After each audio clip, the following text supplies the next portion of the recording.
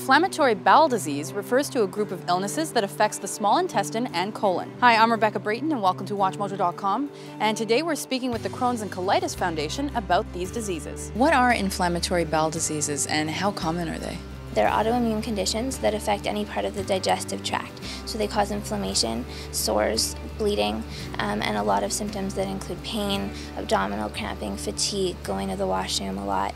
And so they affect all aspects of people's lives. Would you be able to outline the difference between Crohn's and colitis? Crohn's, it really can occur anywhere between the mouth and the anus, so anywhere from gum to bum, as a friend once described it, and it's more patchy inflammation that affects a deeper tissue, and colitis is more localized in the large intestine, but more continuous inflammation. At what point in life do these problems usually manifest? Most people are usually diagnosed before the age of 30.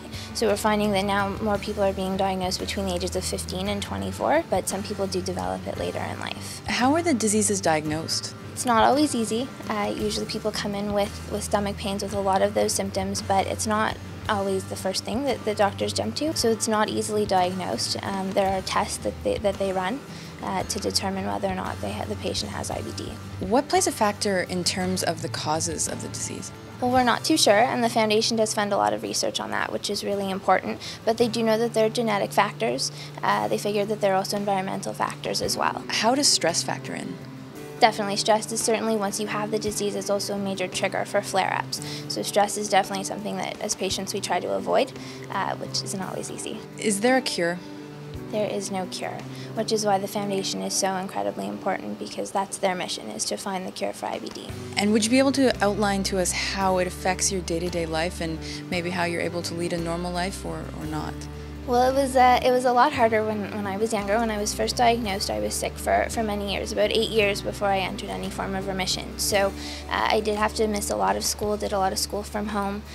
When you're really sick, you're not feeling well. It's not easy to get out of the house, to do things. You're very lethargic, not much energy. So it can be quite hard to lead a normal life.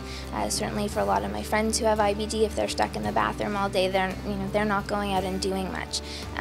Once you're in remission, I've been very lucky that I've managed to keep up with schoolwork and have an everyday normal life at this point, but when you're really sick, it's very, very difficult. IBDs are not often spoken about. Why do you suppose that is? I think because of the nature of the symptoms.